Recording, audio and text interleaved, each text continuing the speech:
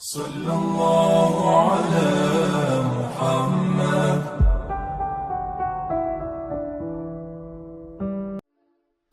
سیدنا ابراہیم خلیل اللہ علی نبی نام علیہ الصلوۃ والسلام کا تذکرہ قرآن مجید نے کئی جگہوں پہ بیان فرمایا ہے۔ نبی پاک صلی اللہ تعالی علیہ وسلم نے ارشاد فرمایا ہے کہ میں ملت ابراہیم پہ ہوں۔ حضرت ابراہیم علیہ الصلوۃ والسلام کے سیرت کو، سوانے کو، ان کی زندگی کے واقعات کو قرآن مجید نے متعدد مقامات پہ بیان کیا ہے۔ انبیاء کرام علیہم السلام 1,24,000 کم و بیش ہوئے، لیکن دین اسلام میں نبی پاک علیہ السلام کی امت میں جو مقام حضرت ابراہیم کا ہے وہ بس انہی کا ہے۔ ان کی زندگی ایک بڑی خوبصورت، بڑی منفرد اور مسلمانوں کے لیے بڑی اسوہ نور دینے والی زندگی ہے۔ نبی پاک صلی اللہ علیہ وسلم نے فرمایا میں اپنے باپ حضرت ابراہیم کی دعا بن کے دنیا میں آیا ہوں۔ اور پھر محبوب پاک سید عالم صلی اللہ تعالی علیہ وسلم نے اپنی امت میں بھی جناب ابراہیم کے طریقے کو جاری رکھا۔ صحابہ نے قربانی کے بارے میں حضور سے پوچھا ما ہذہ الاضحیہ، یا رسول اللہ صلی اللہ علیہ وسلم یہ قربانی کیا ہے؟ تو فرمایا سنت ابیکم ابراہیم، یہ تمہارے باپ حضرت ابراہیم کا طریقہ ہے، یہ تمہارے باپ حضرت، حالانکہ قربانی نبی پاک صلی اللہ علیہ وسلم کا بھی طریقہ ہے، لیکن فرمایا تمہارے باپ حضرت ابراہیم کے ذکر کو باقی رکھا۔ اللہم صلی علی محمد وعلی آل محمد کما صلیت علی ابراہیم وعلی آل ابراہیم، ان کے تذکرے کو باقی رکھا دین کے اندر۔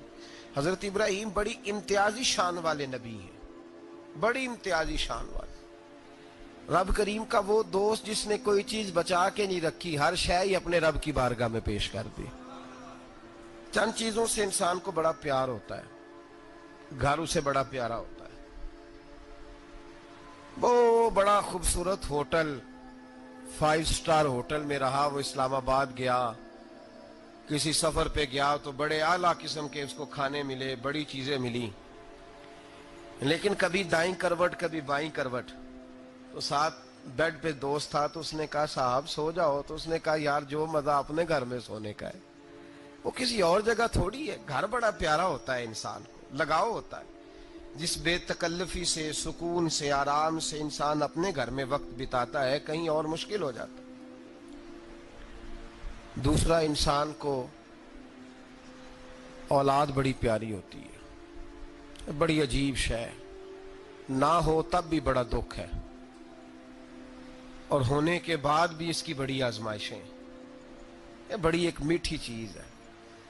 اولاد ایک بڑا عجیب سا میوہ ہے، پتہ نہیں یہ کس انجیکشن کا نام ہے کہ چھاتی پر چڑھ جائے تو اللہ سکون عطا فرما دیتا ہے، پتہ نہیں کس ٹھنڈی دولت کا نام رب کریم نے اولاد رکھا ہے۔ بڑی پیاری ہوتی ہے اولاد۔ پھر تیسری چیز انسان کی اپنی جان ہے، اور یہ اتنی قیمتی شے ہے کہ اللہ کریم نے فرمایا کہ اگر تیری گردن پہ کوئی آدمی پستول رکھ کے، تلوار تیرے گلے پہ رکھ کے کہے نا کہ رب کا انکار کر دے ورنہ مار دوں گا، تو فرمایا وقتی طور پہ میری ذات کا انکار کر پر جان بچا جا۔ اگر تو مرنے کے قریب ہو گیا ہے اور حرام شے کھائے بغیر تو بچ نہیں سکتا، مر جائے گا، تو فرمایا چل تو اس طرح کر، حرام کھا کے جان بچا، پر جان بچانا فرض ہے، ضروری ہے۔ وطن بڑا پیارا، اولاد بڑی پیاری، جان بڑی پیاری، پر حضرت ابراہیم سے رب کریم نے فرمایا چل ابراہیم کوئی چیز دے، تو کہا یا اللہ تینوں ہی تیرے نام پہ قربان کرتا ہوں، تیری ہوئی ساری، ہر شے تیری۔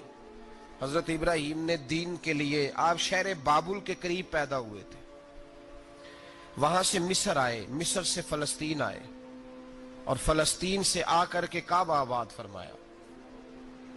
زندگی سفروں میں گزری، سفر ایک تکلیف والی چیز ہے، پر حضرت ابراہیم نے وطن چھوڑ دیا، گھر چھوڑ دیا۔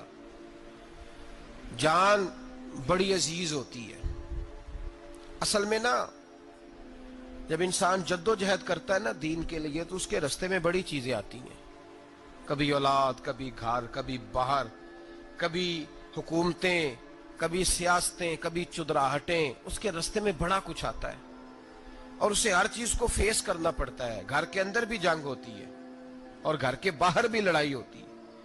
یہ آسان ہے ہی نہیں۔ ہم تو خیر ہتھیار چھوڑ کے پھینکنے والے لوگ ہیں، ہم بھولے بھالے لوگ ہیں، ہم کہتے ہیں میں نے تو کہا تھا مہندی نہ کرو پر بیٹے نہیں مانے، بھولے جو ہوئے۔ اسی طرح حالانکہ اگر وہ بیٹا کہے نا کہ ابا جی لاؤ زندگی میں سارا کچھ میرے نام کرو تو پھر ہم بھولے نہیں ہوتے، اور اس وقت ہم تیز ہوتے ہیں، کہتے ہیں یہ کیسے ہو سکتا ہے، ہاتھ کاٹ کے دے دوں۔ اس وقت نہیں، دین کے معاملے میں بھولے ہوتے ہیں۔ بیٹا بد مذہب کے پاس جا رہا ہے تو اس وقت ہم بھولے بھالے ہیں، کوئی عرض نہیں، لیکن اگر وہ اپنی پسند کی شادی کرے ہمیں کراس کر کے، پھر ساتھ ہی ہم تیز ہو جاتے ہیں۔ تو حضرت ابراہیم نے جب دین کے لیے نکلے تو جد و جہد کی، گھر کے اندر بھی گھر کے باہر بھی۔ آپ کے والد کا نام طارق ہے، وہ توحید پرست تھے، ایماندار تھے، پرہیزگار تھے۔ آپ کے چچا کا نام آزر ہے، وہ بت پرست تھے، بت بیچا کرتے تھے۔ حضرت سیدنا ابراہیم علیہ السلام جب میدان عمل میں نکلے تو حضرت ابراہیم علیہ السلام نے اپنے گھر سے جہاد شروع کیا، لڑنا پڑا۔ گھر کے اصولوں سے چچا نے جو رواج بنائے ہوئے تھے اس رواج سے ٹکرائے۔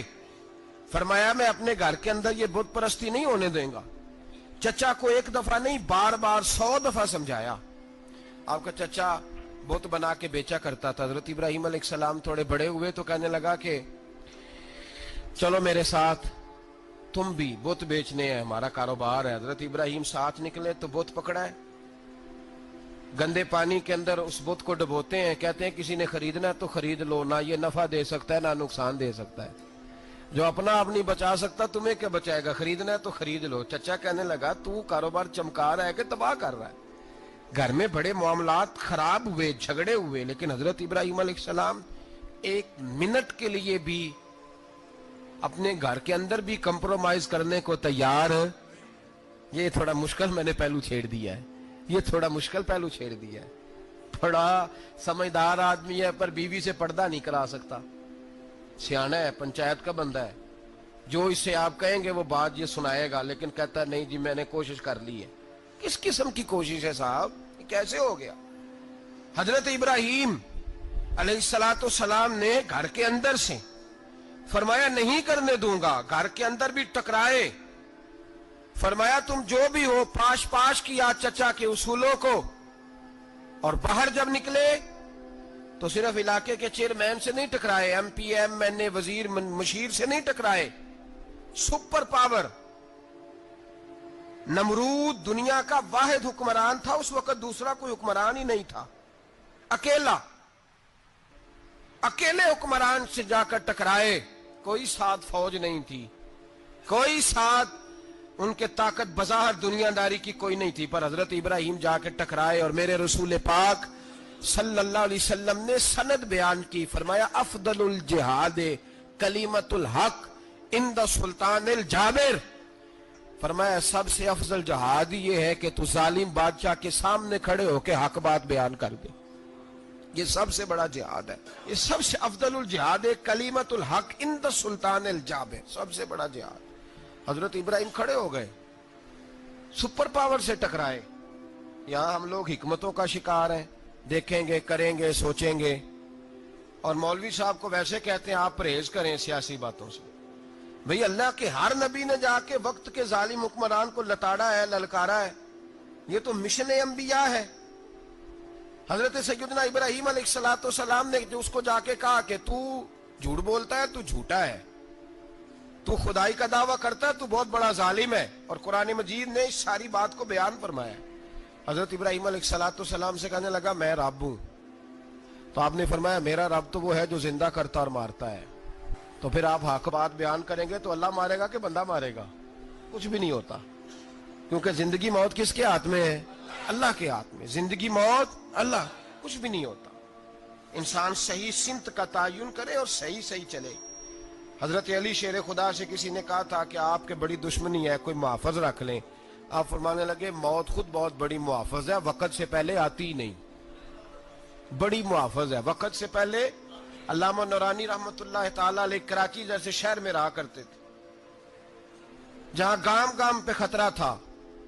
لوگوں نے کہا حضرت اتنے بڑے لیڈر ہو, آپ کی جماعت کی 62 سیٹیں ہوئی قومی اسمبلی میں, ایک ایسا وقت بھی آیا تو کوئی ایک آدمی بندوق والا. آپ فرمانے لگے مجھے ضرورت ہی نہیں, اس لیے کہ جس خدا رسول کے لیے میں نکلا ہوں وہ خود ہی حفاظت کرنے والے ہیں, ضرورت نہیں ان چیزوں. تو بھائی حضرت ابراہیم ٹکرائے اور آپ کا انداز کیا ہے؟ جا کے کہا کہ تو نہیں, خدا وہ ہے جو زندہ کرتا. اور اس نے ایک بیوقوفوں جیسی دلیل دی. ایک آدمی کو کل پھانسی دینی تھی تو اس کو بلایا, کہنے لگا تجھے کب پھانسی ہے؟ اس نے کہا کل. کہنے لگا جا تجھے آزاد کیا, زندگی دی, اس کو چھٹی دے دی. ایک عام آدمی بیچارہ بیٹھا تھا, اس کو پکڑ کے نا کہنے لگا اس کی گردن اڑا دو. کہنے لگا دیکھ لو میں بھی زندہ کرتا اور مارتا ہوں, وہ جو کل مرنے والا تھا میں نے زندہ کر دیا ہے, اور جس کو پتہ ہی نہیں تھا کہ میں نے مرنا ہے اسے پکڑ کے میں نے مار دیا ہے. یہ بیوقوفوں جیسی دلیل ہے. حضرت سیدنا ابراہیم علیہ السلام چاہتے تو اسی وقت دلیل توڑ دیتے کہ تو کیا بیوقوفوں جیسی بات کر رہا ہے, اگر تو زندگی دیتا ہے تو مرے ہوئے میں جان ڈال کے دے جس کو تو نے مارا ہے. لیکن حضرت ابراہیم نے دیکھا کہ بیوقوف ہے, بیوقوفوں سے بحث نہیں ہوتی, دلیل بدل لی جاتی ہے, ان کی عقل کے مطابق بات کی جاتی ہے. حضرت ابراہیم فرمانے لگے میرا رب وہ ہے جو سورج مشرق سے نکالتا ہے اور مغرب میں غروب کرتا ہے. تو اگر رب ہے تو مغرب سے نکال کے مشرق میں غروب کر. فبہت الذی کفر, کافر لاجواب ہو گیا, اس کے پاس اس چیز کا کوئی جواب نہیں تھا. علامہ اسماعیل حقی نے خوبصورت فقرہ لکھا ہے, خوبصورت, جان ڈال دی ایک جملہ کہہ کے. حضرت سیدنا علامہ اسماعیل حقی رحمت اللہ علیہ فرمانے لگے چونکہ نمرود بیوقوفوں جیسی باتیں کر رہا تھا, اگر وہ یہ کہہ دیتا نا کہ میں سورج کو نکالتا ہوں مشرق سے, میں غروب کرتا ہوں معاذ اللہ مغرب میں نکالتا ہوں, تو آپ اپنے رب سے کہیے کہ وہ مغرب سے نکال کے مشرق میں غروب کرے. علامہ اسماعیل حقی فرماتے ہیں رب کریم کی آواز قدرت تھی, مالک حضرت ابراہیم علیہ السلام کے اس, اگر وہ کہہ دیتا اور حضرت ابراہیم دعا کر دیتے تو رب کریم نے فرشتوں کو تیار بٹھایا ہوا تھا. فرمایا اگر یہ کہہ دے میرے خلیل سے کہ سورج مغرب سے نکال کے مشرق میں غروب کرنا ہے تو تیار رہنا, جس طرح خلیل کہیں گے ویسے ہی کر دیں گے. واتخذ اللہ ابراہیم خلیلا, ابراہیم ہمارا دوست جو ہوا, جیسے کہے گا ویسے کر دیں گے. حضرت سیدنا ابراہیم علیہ السلام کی باتوں کا جب جواب نہ دے سکا, دلیل نہیں بندہ دیتا, پھر لڑائی کرتا ہے, پھر جھوٹے موٹے اعتراض کرتا ہے. دلیل ختم ہوتی ہے تو لوگ ذاتیات پہ اترتے ہیں, کہتے ہیں یہ کھانستا صحیح نہیں, دیکھتا صحیح نہیں. دلیل ختم, اب ذاتیات پہ اترے, کہنے لگے مجھے پتہ چلا ہے کہ یہ فلانی جگہ گیا تھا تو وہاں جا کے اس نے اس طرح کیا ہے.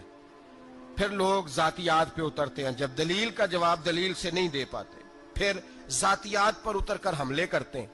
حضرت ابراہیم کے دلائل کا جواب نمرود نہ دے سکا تو کہنے لگا کہ اس کو آگ میں ڈال دو.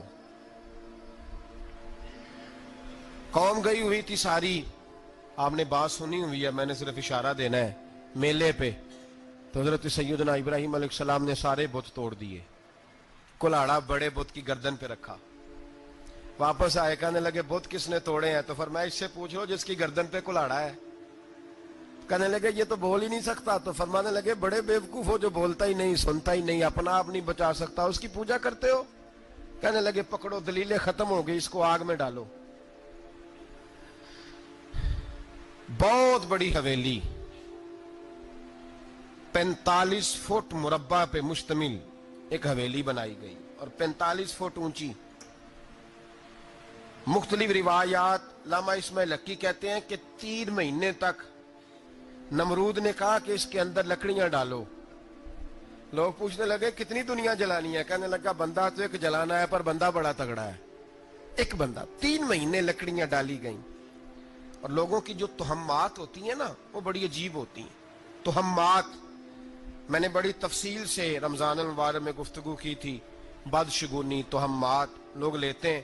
اس وقت بھی لوگ تہمات کا شکار ہو گئے. عقیدہ بگڑ جاتا ہے تو وہ عجیب و غریب باتیں کرنے لگتا ہے.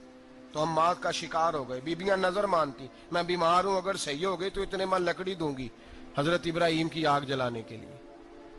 ایک عورت لے کے جا رہی ہے لکڑیاں, تو ایک نیک دل آدمی نے اسے پوچھا کہاں جا رہی ہو؟ کہنے لگی میں نے منت مانی تھی تو حضرت ابراہیم علیہ الصلوۃ والسلام کو معاذ اللہ جلانے کے لیے لکڑیاں لے کے جا رہی ہوں۔ تو وہ رب کریم کے بندے کہنے لگے تو ڈھونڈتی رہے گی، تجھے وہ جگہ ملے گی نہیں۔ وہ بی بی کئی مہینے گھومتی رہی، جگہ ہی نہیں ملی جہاں لکڑیاں ڈالنی، ماری گئی۔ تو ہمات کا شکار ہوئے بہت سارے لوگ، تو ہمات کا بھائی، تو ہمات دین کے اندر منع ہے۔ تو ہمات دین میں کوئی نظر ماننا، کوئی کسی بزرگ کے مزار پہ جا کے سالے ثواب کے لیے کوئی چیز ماننا، یہ تو درست ہوا، لیکن غیر شرعی نظریں مان لینا کہ میں آ کے گرد چکر لگاؤں گا، میں جناب وہاں جا کے یہ والا تماشا کروں گا، میں دھاگا باندھوں گا، میں رسا کاٹوں گا، میں وہاں گندے ہو سے پانی پیوں گا، ان کی شریعت اجازت، یہ توہمات ہیں، بدشگونی ہے، دین میں ان کی کوئی گنجائش۔ آپ نظر ماننے سے پہلے بھی کسی عالم سے رابطہ کریں کہ میں منت مانگنے لگاؤں تو کیسے ماننی چاہیے، اس کا طریقہ پوچھیں۔ ایسے ہی غلط چیز کی منت تھوڑی مان لی جائے گی۔ بہرحال آمدام برسرے مطلب حضرت ابراہیم کے لیے آگ جلائی گئی، 45 فٹ اونچی آگ ہے، پرندہ بھی اوپر سے گزرتا ہے تو نیچے گر جاتا ہے جل کے، اتنے دن لگا کے آگ جلائی گئی۔ اب حضرت ابراہیم کو جلایا جانے لگا ہے۔ یہاں تو موجیں ہے نا، جو کسی ادارے کا سربراہ ہے اس کے لیے موج ہے، کسی جگہ آفیسر بن گیا تو موج ہے، پیر صاحب کے لیے موج ہے، علامہ صاحب کے لیے موج ہے، خطیب صاحب کے لیے موج ہے۔ جلنا کس کو پڑتا ہے؟ وہ علی کوئی نہیں رہا اللہ ماشاءاللہ، وہ لوگ گزر گئے جو تکلیفیں سہ کے کام کرتے تھے، گزر گیا زمانہ۔ حضرت سیدنا ابراہیم علیہ السلام کو جلایا جانے لگا ہے تو اب اتنی بڑی آگ ہے تو ڈالیں کیسے؟ شیطان نے تجویز دی کہ منجنیق بناؤ، منجنیق، بڑے بڑے بانس باندھ کے ان کے نیچے رسا باندھو، وہ جس طرح جھولنے کے لیے جھولا بنایا جاتا ہے اس طرح ایک منجنیق، پرانے زمانے میں اس میں پتھر رکھ کے پھینکے جاتے تھے دشمنوں پہ، وہ منجنیق بنائی گئی کہ دور سے حضرت ابراہیم کو پھینکیں گے۔ ہاتھ حضرت ابراہیم کے باندھ دیے، پاؤں مبارک باندھ دیے، پوری زمین پہ ایک نام لینے والا خدا کا، اور اس کو آج رسیوں میں جکڑا ہوا ہے۔ جب پھینکا جانے لگا نا آگ میں، حوریں رونے لگی، فرشتے تڑپنے لگے، اے اللہ یہ کیا ہونے لگا ہے؟ ایک تیرا خلیل اور وہ بھی آگ میں۔ فرمایا جاؤ جا کے اس سے کہو اگر تمہاری مدد لیتا ہے تو اسے بچاؤ۔ ہوا کا فرشتہ آیا، کہا ابراہیم اگر تو کہے۔ او بھائی ان چیزوں کو کہانی سمجھ کے نہ سنا کریں، یہ داستان نہیں، یہ وہ طریقے ہیں جو ہمارے رسول نے ہمیں اپنانے کا حکم ارشاد فرمایا ہے، جو عقیدے، یہ وہ نظریات ہیں جو ہمیں اوڑھنے کو کہا گیا، اپنے رب کریم کی رضا پہ راضی رہنے کے یہ وہ خوبصورت مواقع ہیں صوفیاء نے جن کو بنا کر سمجھا کر ہم تک پہنچایا ہے۔ یہ ہے اہل طریقت کی باتیں، وہ کہتے ہیں یار جس حال میں رکھے راضی رہنا ہے۔ حضرت ابراہیم علیہ السلام کو پھینکا جا رہا ہے، فرشتہ آیا، اے اللہ کے خلیل اگر حکم دو تو اتنی ہوا چلاؤں کہ نمرودی جل جائے سارے، آگ ان پہ پھینک دی جائے۔ آپ نے فرمایا تو جا، تجھ سے مجھے کوئی کام نہیں۔ تھوڑی دیر کے بعد پانی کا فرشتہ آیا، کہا حضور اتنی بارش برساؤں گا کہ آگ بجھ جائے گی۔ فرمایا تو جا، تجھ سے کوئی کام نہیں۔ اب جب منجنیق میں رکھ دیے گئے، آگ میں جانے کا لمحہ ہے، تیاری ہے، حضرت جبریل امین حاضر خدمت ہوئے، کہا ابراہیم کوئی حاجت؟ فرمایا تجھ سے کوئی نہیں۔ کہا چلو مجھ سے نہیں تو رب کریم سے ہی بات کر لو، مجھے پتا ہے میں چھوٹا ہوں، آپ مجھ سے مدد کیوں لوگے، رب کریم سے ہی بات کر لیں۔ تو حضرت ابراہیم کہنے لگے جبریل یہ بتا، رب کو نہیں پتا اس کا خلیل کس حال میں ہے؟ اسے نہیں پتا میں کس حال میں ہوں، میرے ہاتھ بندے ہیں، پیر بندے ہیں آگ میں، اسے نہیں پتا؟ بتایا تو اسے جاتا ہے جس سے خبر نہ ہو، تو اگر اسے پتا ہے تو اگر وہ جلانے پہ راضی ہے تو میں بھی جلنے کو تیار ہوں، میں تیار ہوں، میں تیار ہوں۔ اسے کہو ٹھیک ہے۔ حضرت سیدنا ابراہیم علیہ السلام کو منجنیق میں ڈال کے جو پھینکا آگ میں، یا نارکونی بردم و سلامن علی ابراہیم، اللہ نے فرمایا اے آگ میرے ابراہیم پہ ٹھنڈی بھی ہو جا اور سلامتی والی بھی ہو جا۔ حضرت ابراہیم کو دو فرشتوں نے بٹھا دیا زمین پہ، پھول کھلے ہیں، کونپلیں مہک رہی ہیں، کلیاں خوشبو دے رہی ہیں، حضرت ابراہیم نے سر سجدے میں رکھ دیا، سبحان اللہ والحمد للہ ولا الہ الا اللہ واللہ اکبر۔ حضرت ابراہیم اللہ کی تسبیح پڑھنے لگے، رب کریم کا شکر بجا لانے لگے۔ نکلے وہاں سے، کچھ دن گزر گئے، نکلے، حکم ہو گیا ابراہیم علاقہ چھوڑ دو، حضرت ابراہیم علیہ السلام وہاں سے نکل کے مصر آئے، چچا کے پاس ٹھہرے، انہوں نے اپنی بیٹی جناب سارہ کا نکاح کر دیا۔ کچھ آگے بڑھے تو ایک ظالم بادشاہ سے ٹکرائے، اس نے ایک شہزادی، ایک بادشاہ کی بیٹی قید کی ہوئی تھی، جناب ہاجرہ نام تھا، ان کو قید سے چھڑا کے ساتھ لائے، حضرت لوط علیہ السلام بھی ساتھ، یہ 4 لوگوں کا قافلہ چلا، فلسطین میں جا کے پڑاؤ ڈالا، گھر بار چھوڑا، تبلیغ شروع ہوئی۔ حضرت ابراہیم کے گھر میں 2 خواتین ہیں، ایک آپ کی بیوی ہیں، ایک حضرت ہاجرہ ہے، اولاد کوئی نہیں، بڑا میوہ میٹھا، گھر وہی آباد ہوتا ہے جس میں بچے روتے ہیں، گھر ہوتا ہی وہ ہے جس میں بچوں کی چنچناہٹ ہوتی ہے، بھن بھناہٹ ہوتی ہے۔ حضرت ابراہیم نے ایک بچہ روتے ہوئے دیکھا تو آنکھوں میں آنسو آئے، کہنے لگے ربی حب لی من الصالحین، یا اللہ مجھے بھی نیک اولاد عطا کر دے۔ حضرت سارہ نے سن لیا، کہنے لگی ابراہیم شاید میرے بطن سے تو آپ کو نصیب نہیں، ہاجرہ سے نکاح کر لو۔ جناب ہاجرہ سے نکاح ہوا۔ اللہ تو بڑا بے نیاز ہے، رب کریم نے حضرت اسماعیل جیسا خوبصورت بیٹا عطا فرمایا۔ بیٹا کالا سیاہ بھی ہو تو سینے کی ٹھنڈک ہوتا ہے، پر یہ تو وہ بیٹا ہے جس کی پیشانی میں نور محمدی چمکتا ہے صلی اللہ علیہ وسلم۔ حضرت سیدنا اسماعیل علیہ اتنے خوبصورت، اب جس بیوی کے یہاں بیٹا تھا، بیٹھنا اٹھنا بھی زیادہ اس کے پاس، آنا جانا بھی اس کے پاس، توجہ ادھر ہو گئی۔ جناب سارہ رشک کرنے لگی، ایک دن کہنے لگی اسے چھوڑ آ جنگل میں، وادی غیر ذی زرع، مکے کے پاس۔ بھائی ایک بیٹا عالم دین بنا لو، کہنے لگا روٹی کہاں سے کھائے گا؟ تیرے 5 بیٹے ہیں، کو حافظ قرآن بنا، کہتے روٹی کہاں سے کھائے گا؟ وہ بچہ بھی کہتا ہے میں کہاں سے کھاؤں گا؟ حضرت ابراہیم علیہ السلام تو چند مہینے کا بچہ چھوڑ آئے، تو کہاں سے روٹی کھائی حضرت اسماعیل نے؟ کہاں سے کھائی ان کی اماں نے روٹی؟ بھوکے مر جاتے ہیں یہ سارے۔ میں بڑی ذمہ داری سے کہا کرتا ہوں کہ جتنی خوبصورت روٹی اللہ کریم دین کے خادموں کو عطا کرتا ہے شاید کسی اور کے نصیب ہوتی ہو، لیکن ہم لوگ توجہ ہی نہیں کر رہے، ہمارا ذوق ہی نہیں بن رہا، ہم یہ محنت ہی نہیں کر رہے کہ قوم کو مستند علماء کی ضرورت ہے، علاقوں کے علاقے خالی ہیں، ادھر ہمارا مزاج ہی نہیں بن رہا، توجہ ہی نہیں دین کی خاطر۔ اور پھر چلے بچے تو بعد کی بات ہے نا، جو ابھی خود جوان ہے وہ بھی یہ دعا، ایک صاحب مجھے کہنے لگے میں دعا مانگ رہا ہوں اللہ مجھے بیٹا دے تو میں اسے دین پہ لگاؤں گا، تو میں نے کہا آپ بھی بوڑھے نہیں ہوئے، آپ خود ہی لگ جائیں، بیٹا تو ابھی آئے گا تو لگے گا نا، تو آپ تو اس وقت ہیں تو آپ تو پہلے لگے نا صاحب، 2 گھنٹے تو نکال کے آئے، دین سیکھنے کو کافی ہے۔ آپ اتنی لمبی سوچ رہے ہیں کہ بچہ آئے گا تو بڑا ہوگا تو وہ جائے گا تو دیکھی جائے گی، ابھی تو آپ ہیں تو آپ تو آؤ۔ حضرت ابراہیم نے بچہ وہاں چھوڑا۔ یہاں سے جو عمرہ کرنے لوگ جاتے ہیں نا، جو حج کرنے جاتے ہیں، ان کو پتا ہے کہ وہاں دنیا کی ہر نعمت ملتی ہے، پھر بھی ڈبل ٹرپل پیسے لوگ جیبوں میں ڈال کے جاتے ہیں۔ حضرت ابراہیم جب وہاں لے کے گئے تو کوئی انسان نہیں تھا، پانی کا قطرہ نہیں تھا، 2 کلو کھجوریں، ایک مشکیزہ، بیوی کو تھمایا۔ ہمارے گھر میں ہزاروں چیزیں پڑی ہیں، لیکن وہ جو توکل ہے نا وہ ختم ہو گیا ہے۔ اللہ دے گا، حلال حلال پہ قناعت کرے، جائز جائز پہ بھروسہ کرے، رب کریم عطا کرنے والا ہے، وہ مزاج ختم ہو گیا۔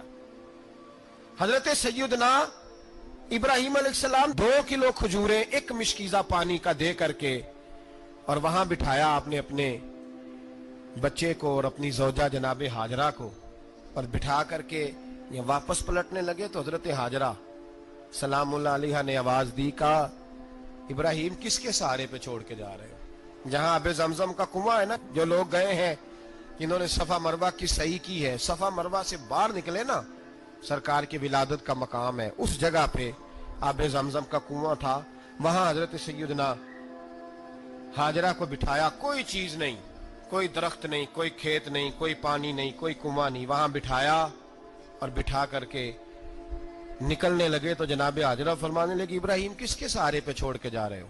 کہنے لگی اللہ کے سہارے پہ۔ تو پاک باز بی بی نے ایک لفظ پوچھا، کہا ابراہیم یہ میرے رب کا حکم ہے، یہ میرے، بس جن کا عقیدہ توحید مضبوط ہو ان کے لیے ایک جملہ کافی ہوتا ہے، یہ میرے اللہ کا حکم ہے۔ تو جناب ابراہیم علیہ السلام فرمانے لگے ہاجرہ ہاں رب کا حکم ہے۔ جب یہ لفظ کہے تو چاہیے تھا نا حضرت ابراہیم تسلی دیتے، تو بی بی صاحبہ تسلی دینے لگی، عرض کرنے لگی ابراہیم اگر اللہ کا حکم ہے تو پھر آپ ہماری فکر نہ کرنا، اگر یہ رب کا حکم ہے تو پھر ہماری فکر نہ کرنا، جس رب نے ہمیں یہاں تک پہنچایا ہے وہ ہمیں کبھی بھی ضائع نہیں فرمائے گا. پھر فکر نہ کرنا. حضرت ابراہیم آ گئے, بات آپ نے سنی ہوئی ہے, اشارہ کرنا مقصود ہے. 13 سال میں چلے مان بھی لیا جائے بعض روایات کی روشنی میں کہ آتے جاتے بھی رہے, لیکن مکمل دیکھ بھال اپنے بچے کی پرورش میں پورا حضرت ابراہیم علیہ السلام کا کردار, سارا کردار ماں کا تھا.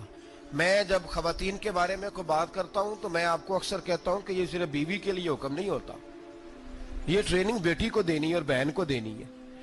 یہ تربیت کریں اپنے گھر میں. میں تجربے کی روشنی میں یہ بات عرض کیا کرتا ہوں کہ بھائی بچے باپ کے فرما بردار اس وقت ہوتے ہیں جب اماں انہیں باپ کا فرما بردار کرتی ہے, اور بچے باپ کے نافرمان بھی تب ہوتے ہیں جب اماں انہیں باپ کا. میں نے اپنے کانوں سے سنا ایک دفعہ ایک بچہ اپنے باپ سے کہہ رہا ہے آپ نے تو ساری زندگی باہر گزار دی, پیسے کمانا کون سا مشکل کام ہے, دکھ سکھ تو سارے اماں نے برداشت کیے, سکولوں میں وہ جاتی تھی, فلانا کام وہ کرتی تھی, فلانا کام. اب یہ سوچ اس کی ذاتی تو نہیں, یہ اس کو دی گئی ہے. اور اگر اس کو یہ سوچ دے دی جائے کہ اماں کہے کہ میں تو اپنوں میں رہی ساری زندگی, میں نے تو اپنوں میں وقت گزارا, اور تیرا باپ تو کئی دفعہ جنازے بھی نہیں پڑھ سکا, اس نے تو ماں باپ ایسے دفن کر دیے, وہ اگر یہ سوچ فراہم کرے تو پھر بچہ باپ کا فرما بردار ہوتا ہے. اور یہ والی روایتیں ہم بیوی کو سناتے ہیں, حالانکہ کس کو سنانی چاہیے؟ بولیے, بہن اور بیٹی کو. بہن اور بیٹی کو سنائیں یہ باتیں, ان کو سمجھائیں, تاکہ آگے جا کے وہ جو گھر ترتیب دیں وہ گھر بڑا عمدہ اور نکھرا ہوا ہو. حضرت سیدنا ابراہیم 13 سال کے بعد آئے, کیونکہ گھر میں اللہ تبارک و تعالیٰ کی دوستی کا چرچا تھا, اللہ تبارک و تعالیٰ کی محبوبیت کا غلبہ تھا. 13 سال کے بعد فلما بالغ معہ سعیا, بیٹا جب اتنا بڑا ہوا کہ ساتھ چلنے لگا, تو حضرت ابراہیم نے اپنے بیٹے کو بلا کے کہا بیٹا مجھے خواب آئی ہے, میں تجھے ذبح کر رہا ہوں, تیری کیا رضا ہے؟ تو حضرت اسماعیل کہنے لگے یا ابت افعل ما تؤمر, ابا جی اللہ جیسے حکم دیتا ہے میرے ساتھ ویسے ہی کریں, جیسے اللہ حکم دیتا ہے ویسے ہی, بولیے, ویسے ہی کریں.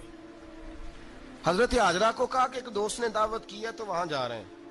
بی بی مطمئن ہے, تفصیلات کی ضرورت نہیں, ختم بات, اعتبار ہے, مطمئن ہو گئی. شیطان پیچھے سے آیا اماں کے پاس, ذرا تھوڑی دیر کے لیے تصور جمائیے, یہاں تو پڑوسن آ کے کوئی بات بتا دیتی ہے خاوند کے بارے میں تو کئی مہینے جھگڑا جاری رہتا ہے, پڑوسن محلے دار. شیطان نے آ کے بتایا لفظ کیا ہے؟ کہا حاجرہ تمہیں پتا ہے کہاں جا رہے ہیں؟ کہا دوست کی دعوت میں. تو کہنے لگے دوست کون ہے؟ رب کریم. اور ابراہیم کا خیال ہے کہ اس رب نے مجھے حکم دیا ہے کہ میں ذبح کروں. تو حضرت حاجرہ کہنے لگی کبھی باپ بھی بیٹے ذبح کرتے ہیں؟ شیطان کہنے لگا ان کا خیال ہے کہ ان کے رب نے حکم دیا ہے. تو جناب حاجرہ فرمانے لگی اگر رب نے حکم دیا تو پھر تو مجھے شیطان لگتا ہے, تو مجھے شیطان لگتا ہے. کا کیا مطلب؟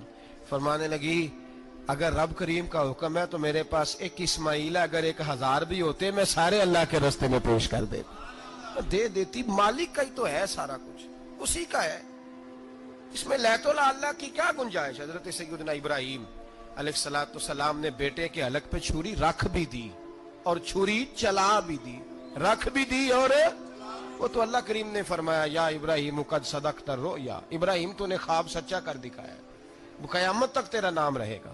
حضرت ابراہیم نے وطن بھی دیا, جان بھی دی, بیٹا بھی, اللہ کریم نے دمبے دیے, فرمایا یہ فدیہ ہے. اب یہ قربانی قیامت تک حضرت ابراہیم کے طریقے کے مطابق جاری ہے. حضرت ابراہیم بہت بڑے مہمان نواز تھے, بہت بڑے. آپ جب مصر میں قیام تھا تو بڑے بڑے لمبے چوڑے لنگر پکتے تھے, لوگ آیا جایا کرتے تھے, بڑا تفصیل کے ساتھ کھانا ہوتا تھا. مہمان نوازی آپ کی خاص صفت مبارکہ ہے. ہمارے ہاں بھی مہمان نوازی ہوتی ہے امیروں کی, بلکہ اب تو مہمان نوازی اس طرح کی ہے کہ کل تیری میرے پاس دعوت ہے اور پرسوں میری تیرے پاس ہے.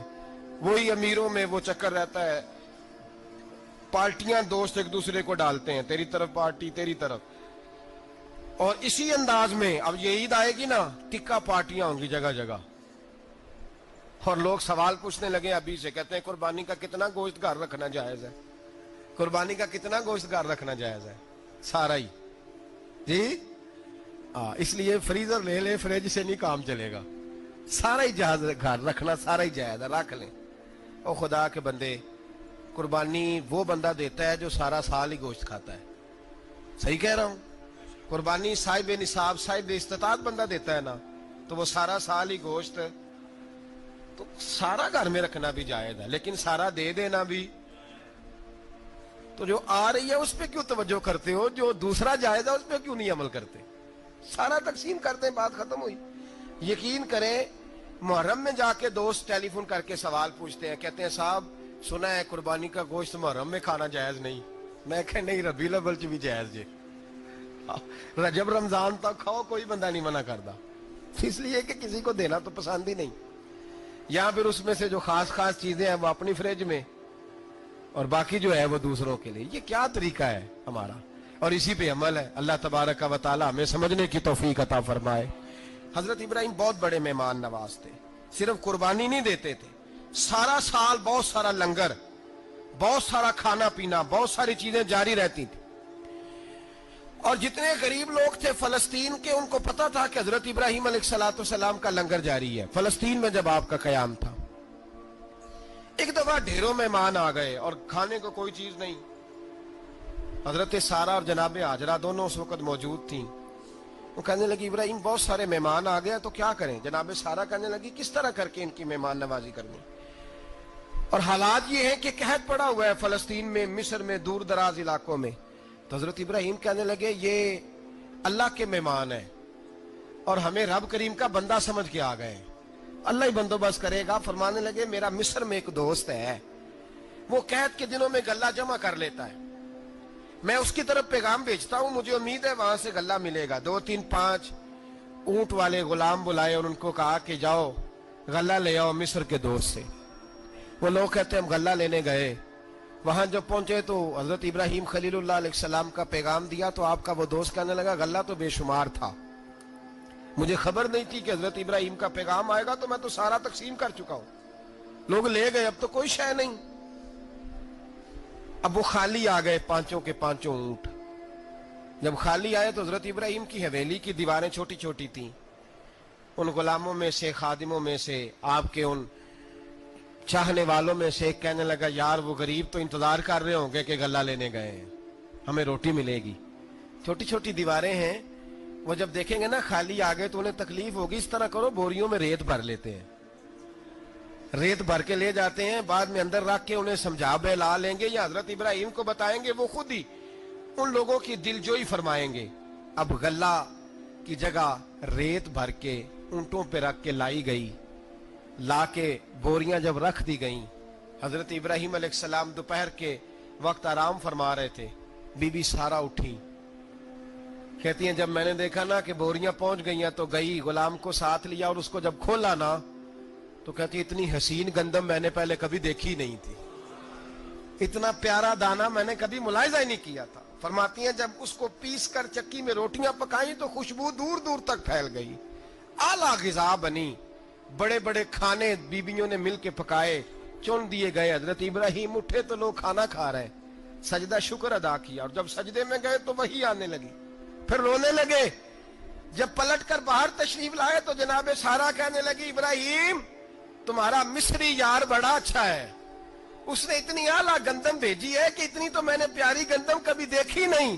جناب ابراہیم مسکرائے، فرمانے لگی سارہ یہ مصری یار نے نہیں بھیجی، یہ میرے عرشی یار نے بھیجی ہے، یہ میرے عرشی یار نے بھیجی ہے۔ بھائی مہمان نوازی مزاج تھا، ہاتھ لٹا دینا مزاج تھا، دوسروں کی اشک شوئی مزاج تھا۔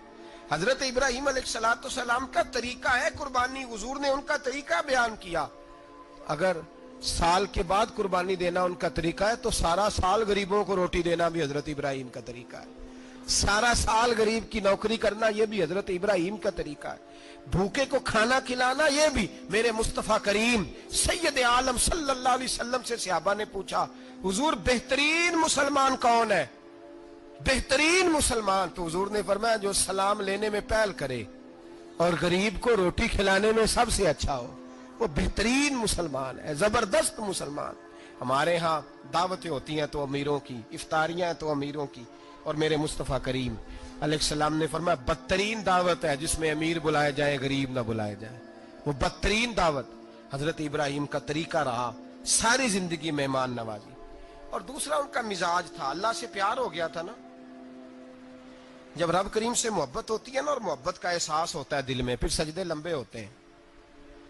عام آدمی تو نماز بھی نہیں پڑھ سکتا, جس سے خدا سے محبت ہوتی ہے وہ تہجد بھی نہیں چھوڑ سکتا.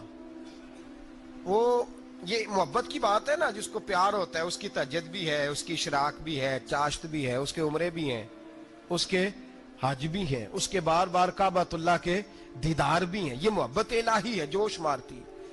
ان لوگ سجدہ کرتے ہیں تو اٹھتے ہی نہیں.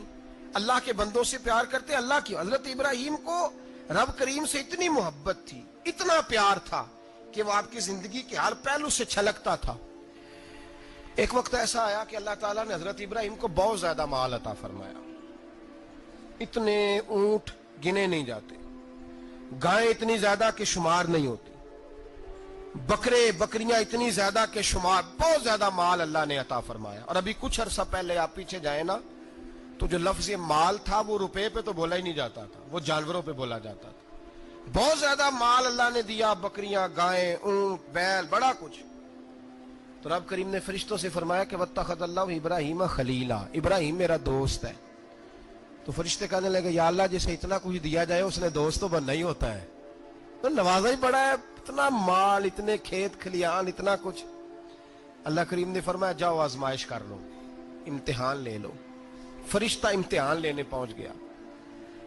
حضرت ابراہیم کے جانور چر رہے ہیں چراگاہ میں, حضرت ابراہیم بھی ہیں, غلام بھی ہیں, بہت بڑا ریوڑ ہے. آپ تشریف فرمائیں. ایک فرشتہ آیا تو کھیت میں چھپ کے بیٹھ گیا اور بلند آواز سے کہنے لگا سبحان اللہ والحمد للہ ولا الہ الا اللہ واللہ. یہ تسبیح بڑی پسند ہے, محبوب نے ان کی فضیلت بیان کی. اب وہ حضرت سیدنا ابراہیم علیہ السلام کھڑے تھے تو وہ کھیت میں بیٹھ کے تسبیح پڑھنے لگا سبحان اللہ والحمد للہ ولا الہ الا اللہ. حضرت ابراہیم کہنے لگے یہ میرے رب کا نام کون لے رہا ہے, بڑی اس کی میٹھی آواز ہے, بڑی کون ہے. ڈھونڈنے لگے, گھومتے گھومتے اس کے پاس چلے گئے. فرشتہ انسانی شکل میں, تو میرے رب کا ذکر کر رہا تھا؟ اس نے کہا میں ہی کر رہا تھا. فرمانے لگے یار ایک دفعہ پھر نہیں کرتا. تو کہنے لگا ابراہیم پہلے تو میں اپنی مرضی سے کر رہا تھا, تو کہتا ہے تو پیسے لگیں گے, پیسے ہیں تو کر دیتا ہوں. حضرت ابراہیم کہنے لگے بول تو کیا لے گا, میرے اللہ کا ذکر سنانے کا کیا لے گا. کہنے لگا جتنی بکریاں آپ چرا رہے ہیں ساری دے دے تو میں اللہ کا ذکر سنا دیتا ہوں. آپ نے فرمایا بس جا تیری ساری ہوئی, میرے رب کا ذکر سنا. اور پھر شروع ہو گیا سبحان اللہ الحمد للہ ولا الہ الا اللہ واللہ اکبر. حضرت ابراہیم علیہ السلام کیف میں, یار پھر ذرا سنا, نہ علما وچ پھسا سانو, تو یار دی گل سنا سانو, ذرا دوبارہ سنا. پھر سنایا, ایک دفعہ پھر کہا. فرشتہ کہنے لگا بس جی آپ کے پیسے پورے ہو گئے. حضرت ابراہیم کہنے لگے چل ایک دفعہ اور سنا. کہنے لگا پیسے لگیں گے, تو کیا لے گا. کہنے لگا گائیں بھینسیں ساری میری. فرمایا بس یار اتنی قیمت, تو سنا صحیح, سارا کچھ ہی تیرا. پھر شروع ہو گیا سبحان اللہ والحمد للہ ولا الہ الا اللہ واللہ اکبر. گائیں دے دیں, بھینسیں دے دیں, وہ ذکر سناتا ہے. حضرت ابراہیم کبھی مچلتے ہیں, کبھی روتے ہیں, کبھی آہیں بھرتے ہیں. تو میرے رب کا نام لے رہا ہے, ذرا پھر سے لے. کیف جاری ہے. کہنے لگا بس بھائی. حضرت ابراہیم فرمانے لگے تو اور لے لے جو لینا ہے, مجھے ذکر سنا. اس نے کہا ابراہیم بکریاں میں لے چکا, گائے بھینسیں میں لے چکا, اونٹ رہ گئے, سارے لے لوں گا پھر ذکر سناؤں گا. فرمایا جا تیرا ہوا تو ذکر سناتا رہ, میں دیتا ہوں. دے دیا, کچھ دیر ذکر کیا تو اب خاموش ہو گیا. حضرت ابراہیم خلیل اللہ علیہ السلام فرمانے لگے ذکر سنا. کہنے لگا ابراہیم اب تیرے پاس دینے کو کیا ہے, ہر چیز تو میں لے چکا. آپ فرمانے لگے یہ گائے بھینسیں بکریاں چرانے کے لیے تجھے کوئی نوکر ملازم بھی تو چاہیے نا.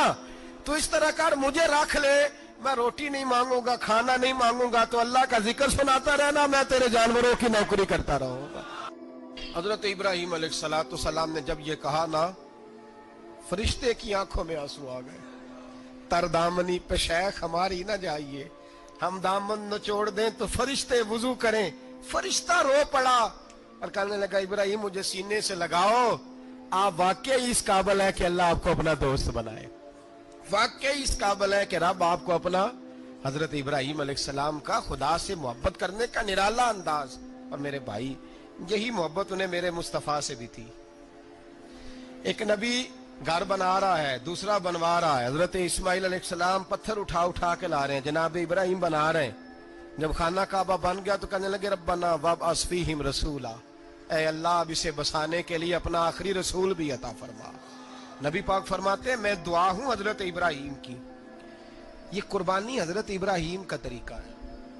حضور نے اگرچہ نبی پاک کی اپنی سنت تھی، یہ بھی کہہ سکتے تھے سنتی و سنت ابیکم ابراہیم، میری سنت ہے اور تمہارے باپ ابراہیم کی سنت ہے. یہ نہیں فرمایا. جب صحابہ نے کہا قربانی کیا ہے، فرمایا سنت ابیکم ابراہیم، یہ تمہارے باپ ابراہیم کی سنت ہے. ہر صاحب نصاب پر قربانی واجب ہے. جو زکوٰۃ کا نصاب رکھتا ہو اس پر قربانی واجب ہے. یعنی ضروریات سے زیادہ اتنے پیسے جتنے پیسوں سے زکوٰۃ فرض ہوتی ہے، اتنے پیسے جس آدمی کے پاس قربانی سے پہلے آ جائیں اس آدمی پر قربانی کرنا واجب ہے. بکرا، چھترا، دمبا 1 سال کا یا دمبا 6 مہینے کا ہو پر اتنا بڑا محسوس ہوتا ہو کہ لگے کہ 1 سال کا ہے، اس کی قربانی ہو سکتی ہے. جانور میں کوئی عیب نہیں ہونا چاہیے. اتنا کمزور نہ ہو کہ ذبح جہاں اسے کرنا ہے وہاں وہ چل کے جا نہ سکے، اتنا کمزور جانور نہ ہو. اس کے اندر بظاہر کوئی اتنا بڑا نقص نہ پایا جاتا ہو، کانا نہ ہو، لنگڑا نہ ہو، کوئی اس کی ہاتھ نہ کٹے ہوئے ہوں، ایسا نقص جو واضح ہو. بکرا 1 سال کا، گائیں اور بھینس یہ 2 سال کی، اونٹ 5 سال کا. اب اس میں یہ ہے کہ ہمارے بہت سارے دوست چونکہ ہم دیہاتی لوگ ہیں تو پوچھتے ہیں کہ دوندا نہیں ہے تو چوگا نہیں ہے. تو یہ ہماری پنجابی کی اصطلاحات ہیں. پنجابی کی شریعت اسلامیہ نے سال بتائے ہیں. یہ تو ہم نے اپنی آسانی کے لیے یا دیہاتوں میں جو ماحول تھا اس طرح کا جانور لیں، خوبصورت جانور لیں. جو نصاب ہے وہ بھی میں نے آپ کو بتایا. لیکن ایک اور پہلو بھی ہے. نبی پاک صلی اللہ علیہ وسلم پہ زکوٰۃ کبھی فرض نہیں ہوئی، کبھی حضور پہ زکوٰۃ فرض نہیں ہوئی. نبی پاک صلی اللہ علیہ وسلم کے پاس اتنا سرمایہ کبھی اکٹھا ہوا ہی نہیں کہ زکوٰۃ فرض ہو. لیکن نبی پاک کے صحابہ فرماتے ہیں کہ مدینے کے 10 سالوں میں اللہ کے رسول نے ہر سال قربانی فرمائی ہے، ہر سال قربانی دی. اور جس سال حضور حج کرنے گئے اس سال اللہ کے نبی نے 63 اونٹ ذبح فرمائے. اور حضور صلی اللہ علیہ وسلم جب اونٹ ذبح کرنے لگتے نا تو صحابہ کہتے ہیں اونٹ خود دوڑ کے حضور کے سامنے آ کے لیٹ جاتا اور نبی پاک اسے ذبح کرتے اور فرماتے ہیں ایک دوسرے کو دھکے دیتے اونٹ کے، پہلے میں نے جانا ہے ذبح ہونے کے لیے، پہلے میں نے. انہیں پتا تھا کہ جو مصطفیٰ کے ہاتھوں ذبح ہوگا وہ تو دائمی زندگی پا جائے گا، یہاں بھی وہاں بھی زندہ. 63 اونٹ ذبح کیے. ایک اونٹ میں کتنی قربانیاں ہوتی ہیں؟ 7. اب 63 کو 7 سے ضرب دو گے تو کتنی بنے گی؟ اور پھر نبی پاک صلی اللہ علیہ وسلم نے 10 سال مدینہ منورہ میں قربانی دی ہر سال. اب وہ 63 اونٹ، ایک اونٹ میں 7 قربانیاں، ہر سال یہاں قربانی. اور مولا علی شیر خدا فرماتے ہیں نبی پاک 2 قربانیاں دیتے. میں نے کہا حضور 2 جانور ذبح کر رہے ہیں آپ؟